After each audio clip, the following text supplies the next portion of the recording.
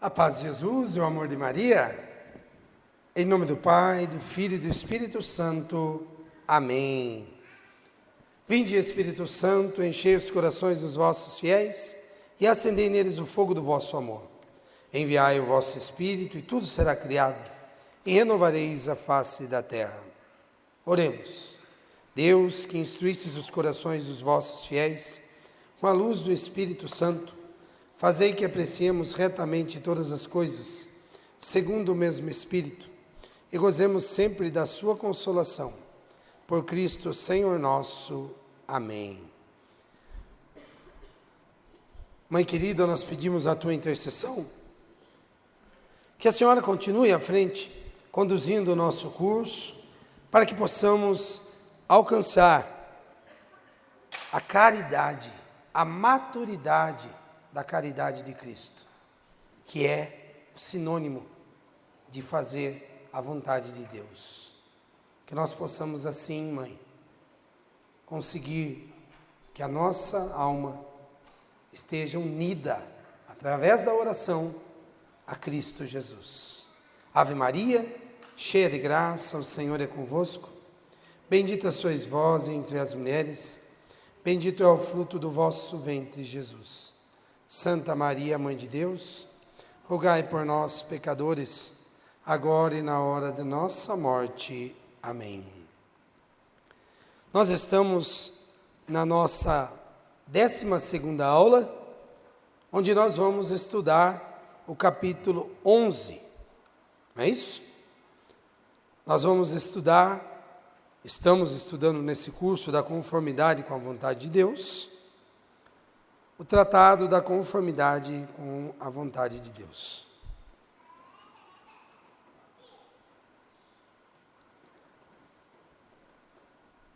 Peguemos então o nosso livro, no capítulo 11. Mas devemos também nos persuadir que a secura espiritual não é sempre um castigo, mas muitas vezes disposição de Deus para nosso maior bem e também para nos conservar humildes. Na aula anterior nós estudamos como, inclusive nós lemos a imitação de Cristo, como nós gostamos do céu, das graças, das bênçãos, mas não temos muito interesse nos padecimentos, na cruz. E mergulhamos também na importância de não nos lamentarmos, de acolhermos com resignação tudo que o Senhor nos enviar, sejam as consolações, sejam as securas.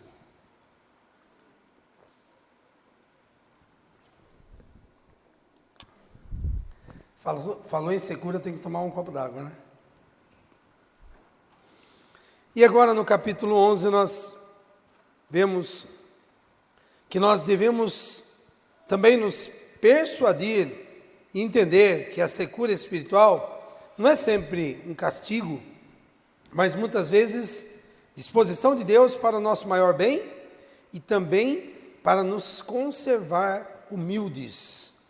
Olha para São Paulo. Para São Paulo apóstolo, para que ele não se tornasse vaidoso pelas graças que tinha recebido, o Senhor permitiu que ele fosse molestado com tentações de impureza. Está lá em 2 Coríntios 12. E para que a grandeza das revelações me não exaltasse, me foi dado em estímulo de minha carne, um anjo de Satanás para me atormentar. O próprio São Paulo falando isso. Aquele que ora a Deus com espiritual doçura e deleite, bem pouco faz. É um amigo e companheiro à mesa.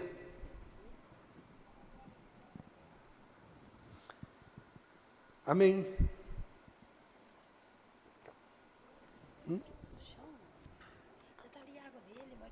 Tem duas.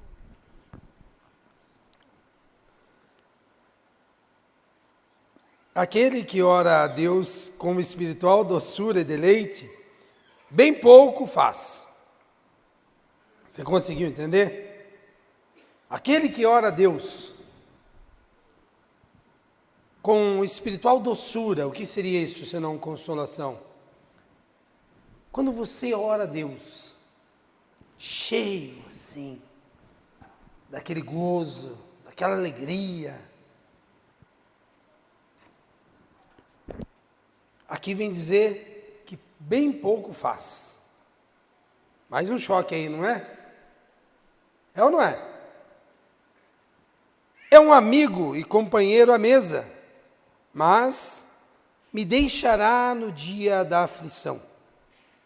Vós não considerais como verdadeiro amigo aquele que só vier à vossa mesa e tomar parte em vossos divertimentos, mas sim aquele que vos vem valer nos trabalhos e vos acudir nas tribulações, sem que disso tire vantagem própria.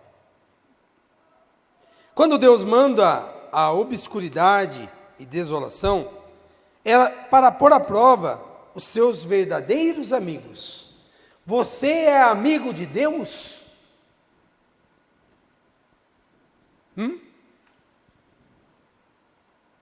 Somos amigos de Deus?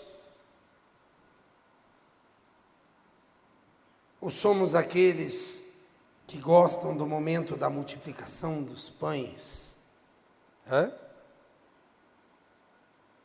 Das bênçãos. Bênçãos são derramadas a cada instante. Assim é gostoso cantar, né? Essa parte é gostosa. E a parte da cruz? E a parte de trabalhar para o Senhor? De se doar. Mas como assim trabalhar para o Senhor, diácono? Servir na missa? Servir na missa é trabalhar para o Senhor. Mas ir ajudar o seu irmão, que nada pode lhe dar em troca. Se essa é a vontade do Senhor, nós precisamos fazê-la.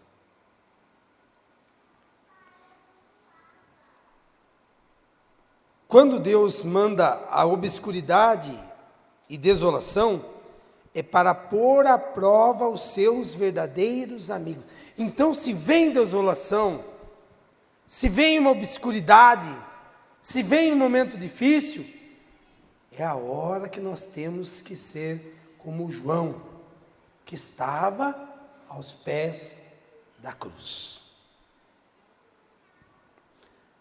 Paládio, tendo sofrido grande secura espiritual na oração, foi consultar São Maurício, que lhe disse o seguinte: quando o inimigo vos tentar para que deixeis a oração, dizei-lhe: eu me satisfaço de aqui ficar pelo amor de Jesus Cristo, e mesmo só para guardar as paredes desta cela. Tal deve ser a vossa resposta quando fordes tentado a não continuar na oração, porque vos parece que nisso perdeis tempo. Dizei nessas ocasiões: aqui estou para agradar a Deus. Quando você vai ao santo sacrifício da missa, e olha aqui para mim, teve algum dia que você foi para a Santa Missa e você não queria ir? Teve? Então quer dizer que vocês estão sendo sinceros. Claro que teve. Mas nesse exato dia, teve maior valor do que nos dias em que você pensava assim: nossa, Não chega a hora ainda. Que bom que já está chegando o horário, vamos. Cheio de vontade de ir. Esse dia teve valor, certo? É o santo sacrifício. Mas não teve tanto valor quanto você foi na contrariedade. Porque você foi pela fortaleza e pela humildade. São Francisco de Sales dizia que se nós nada mais fazemos quando rezamos do que afastar distrações e tentações, rezamos bem. Prestou atenção? São Francisco de Sales dizia que se nós nada mais fazemos quando rezamos do que afastar distrações e tentações, rezamos bem. Taulero fala assim, também ele diz, aquele que no tempo da secura espiritual perseverar na oração, lhe concederá a Deus maiores graças do que aquele que orar com excessível devoção. Aqui está o que eu acabei de falar da Santa Missa. Isso porque o santo sacrifício para nós é a maior oração que existe. Mas pensa aí no seu rosário, na novena que você está fazendo, aquela novena que você começou e parou. Então, quer dizer que você desistiu, né? Não era para desistir. Então, sugestão, veja se é vontade de Deus, recomece. Necessário vos é nascer de novo. Quando Deus também fala assim, eis que arrefecestes do seu primeiro amor, e muitas vezes nós temos que voltar para corrigir aonde paramos.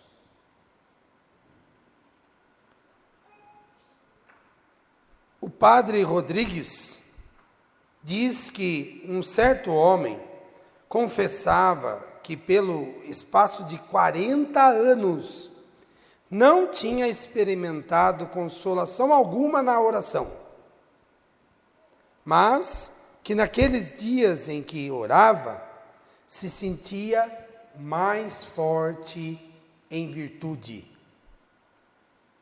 Já percebeu isso? Se você está com dificuldade na oração, por falta de consolação, por falta de sentimento, porque orar com fé não é sentimento, reze, ore e perceba que depois que terminou a oração, você sente mais força e recobra a virtude. Perceba isso. Sentia mais forte em virtude. Porém, se não orava conforme o costume, sentia-se possuído de tal fraqueza que estava inteiramente incapaz de fazer obra alguma boa.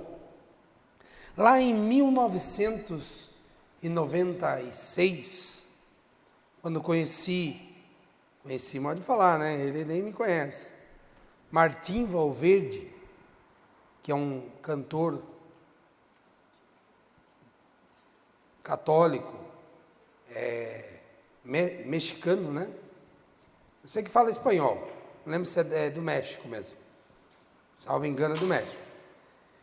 E ele cantava em portunhol, né? Quando estava aqui no Brasil.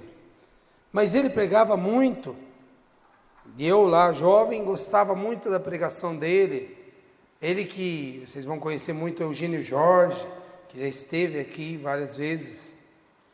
Ele que compôs aquela música Ninguém Te Ama Como Eu, Glória, entre muitas outras conhecidas, que foi gravado depois também em português pelo Eugênio Jorge e o ministério dele na época.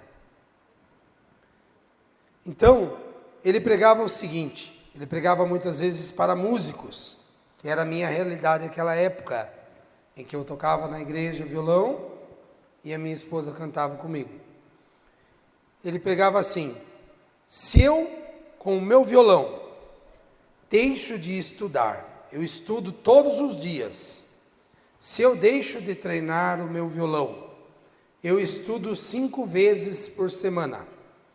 Se eu deixo de estudar um dia e faço só 4 vezes por semana, começo a perceber a diferença. Se eu deixo, no lugar de 5 vezes por semana, passo a estudar 3 vezes por semana, o povo começa a perceber. O meu irmão começa a perceber. Os meus irmãos do ministério começam a perceber. E eu não vou lembrar bem certinho, mas também, acho que no início ele já colocava que Deus de imediato percebe. Mas aí ele coloca, ele estava pregando filhos antes que músicos, e aí ele coloca para a nossa vida como filho de Deus, que tem tudo a ver com o que nós estamos falando agora. Se você tem a sua vida de oração pessoal, e ela é meia hora por dia, se você reduzir para 20 minutos, já vai começar a sentir a diferença. Se você falhar um dia ou outro, você vai notar a diferença. Se você deixar, como nós falamos, andar para trás, se você deixar o rosário, você já está rezando o rosário todos os dias, voltar a rezar 1/3 por dia. Um dia acontece, um dia está cheio, um dia você fez muitas coisas, muitas vezes até agradáveis a Deus. Você não cometeu um pecado, porque você rezou só o terço nesse dia. Se você não fez um voto, né? Se você não tem uma regra e um voto com Deus de rezar o rosário todo dia, nesse dia você rezou só o terço, mas foi da vontade de Deus, sem problema. Mas, via de regra, se você reduz a sua oração pessoal, você vai perceber, porque essa força aqui, ó, forte em virtude, você vai sentir essa fraqueza. E você vai perceber que daí você começa a descer degraus. Pode ser um caminho aparentemente sem volta. Muitos que estavam firmes na caminhada, desculpe, e isso eu e você temos que bater no peito e dizer: quem está de pé, cuidado para não cair. Então não vacile. Se você olha para trás hoje, olha aqui para mim, e percebe que você está rezando menos do que você rezava, tem algo errado aqui. Eu e você precisamos vigiar e orar. Se a nossa alma mergulhar na oração, nós estaremos unidos à vontade divina. E isso não é sentimento, nós já vimos isso na aula anterior. É fortaleza e humildade, é decisão. Amar é decisão. Nós dissemos no início que fazer a vontade de Deus é sinônimo de caridade, é sinônimo de amor. Então, viver conforme a vontade de Deus é uma decisão. São Boaventura e Gerson afirmam que muitos que durante a oração não têm a atenção que desejam, servem mais a Deus do que outros que a conservam. Porque esta falta os obriga a serem mais diligentes. Se você não está com vontade, vai te obrigar a ser mais diligente. Pois que, se assim não fosse, poderiam se tornar negligentes e soberbos, na ideia de que haviam achado o que procuravam. Você já achou o que procura? Cuidado. Você pode estar sendo soberbo, negligente. não acabou a nossa busca. A conversão é diária. E o que temos dito da secura espiritual, podemos também dizer das tentações. Porém, se Deus permite que sejamos tentados, ainda que devemos trabalhar para evitar as tentações, sejam estas contra a pureza ou contra qualquer virtude, não devemos lastimar-nos, mas também nisto nos resignar à divina vontade. Gravou isso? Até nas tentações devemos nos resignar à divina vontade. São Paulo, quando deprecava para ser livre de tentação impura, respondeu o que o Senhor? A minha graça te é suficiente. Na outra tradução, que vocês conhecem, que a gente conhece mais, a minha graça te basta. Ou te basta a minha graça. Não é isso? E assim, quando Deus não nos concede a mercê de vivermos libertos de tentações que nos molestam, digamos então: Senhor, faze e permite o que quiseres, a tua graça me é suficiente, mas dá-me o teu auxílio, para que eu não a perca. Não são as tentações, mas o consentir nelas, que nos priva da divina graça. Não são as tentações, mas consentir, cair. Acabamos de falar, você que está de pé, cuidado para não cair. Se cair, é o que vai nos privar da divina graça. Aí vamos entrar naquela questão que desde o início nós falamos que não ia ser o nosso foco. Nós vamos cair no pecado. Não que o pecado não seja fugir e não cair em pecado não seja o nosso foco. Né? Alguém talvez ouça essa aula apartado e não entenda. No início nós já dissemos que neste curso nós precisamos entender que até nas coisas que nos são lícitas, podemos desagradar a Deus. E o choque foi estar na Santa Missa desagradando a Deus. Eu vou falar quase toda a aula isso, porque me chocou, desde a primeira vez que eu li. Né? Mas eu confesso que aqui no curso, o aprofundamento está sendo muito maior. Né?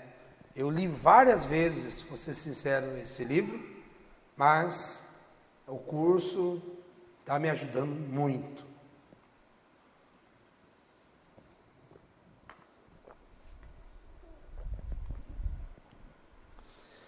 Não há como nós chegarmos a um momento antes da glória celeste e acharmos que nós estamos totalmente conforme a vontade de Deus. Até porque os santos não achavam isso. Assim não pensavam.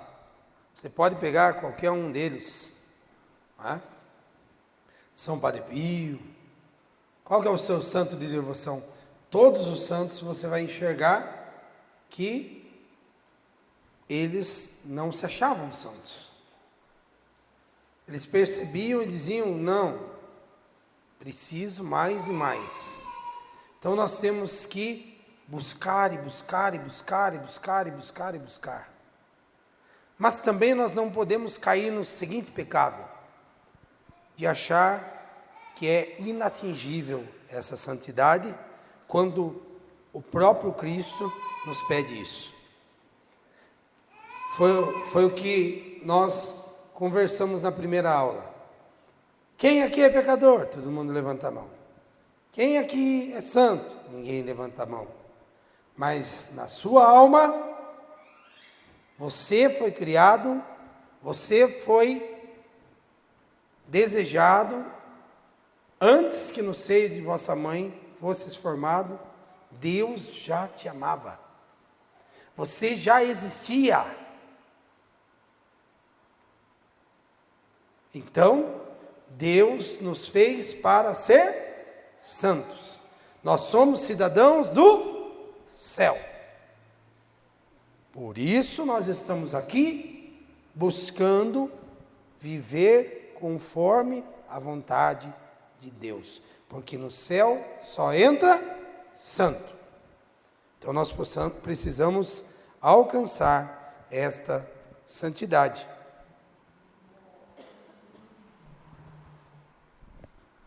Eu trouxe aqui um livrinho, mas eu não estava achando aqui. Na aula anterior, eu fiz uso de um livro já antigo, que é de várias editoras, A Imitação de Cristo. E eu tenho um aqui da editora Ave Maria, que é do Padre Luiz, Imitação de Maria. Eu confesso que eu não conhecia, mas eu quero aqui pegar uma citação, que é da página 19, o segredo de sermos agraciados por Deus. O mesmo Deus que nos presenteou a vida, nos consagrou a Ele. É o assunto que eu estava falando. Consagrar significa tornar sagrado. Ou seja, Deus, quando criou o homem e a mulher e quis que fôssemos sua imagem e semelhança, imprimiu em nós o seu desejo, que nos tornássemos santos, sagrados. Deus nos criou para que nos tornássemos sagrados, santos. Maria é nossa grande inspiração no cumprimento dessa vontade de Deus. Eu não estou lendo o Tratado da Conformidade com a Vontade de Deus. Eu estou lendo a Imitação de Maria. E aqui nós vemos o quê? Que Maria é nossa grande inspiração, aquilo que nós dissemos na primeira aula. Forma Dei, não é isso? Inspiração no cumprimento dessa vontade de Deus. Consagrar-se a Ele, tornar-se sagrado nele, deve ser nossa meta de vida. Essa é a mensagem que nós tiramos da imitação de Maria nesta aula. Concluindo a nossa aula, aí no último parágrafo, onde nós vimos que não são as tentações, mas o consentir nelas que nos priva da divina graça. Quando resistimos, presta atenção, quando nós resistimos às tentações, tornamo-nos mais humildes e adquirimos mais merecimento, o que nos induz a recorrer a Deus com mais frequência. E nós estamos mais longe de o ofendermos, unindo-nos mais intimamente a Ele com o seu santo amor. Olha, nós vamos ver de novo aqui, unindo-nos mais, olha o segredo aí, intimamente a Ele com o seu santo amor. Então, estar unido à vontade de Deus é estar em ordem de batalha. Até enfermo, eu sou guerreiro. Na tribulação, permanece forte, permanece firme. Não desista, porque Deus não desiste de mim, não desiste de você. Que fique gravado isso na nossa mente. Mesmo na provação, mesmo nas tentações, nós devemos lutar e resistir. Quando nós resistimos à tentação, nós renunciamos ao pecado. Quando nós nos resignamos na dor, na enfermidade, nós mostramos que nós somos amigos de Deus, porque nós acolhemos a divina vontade de Deus.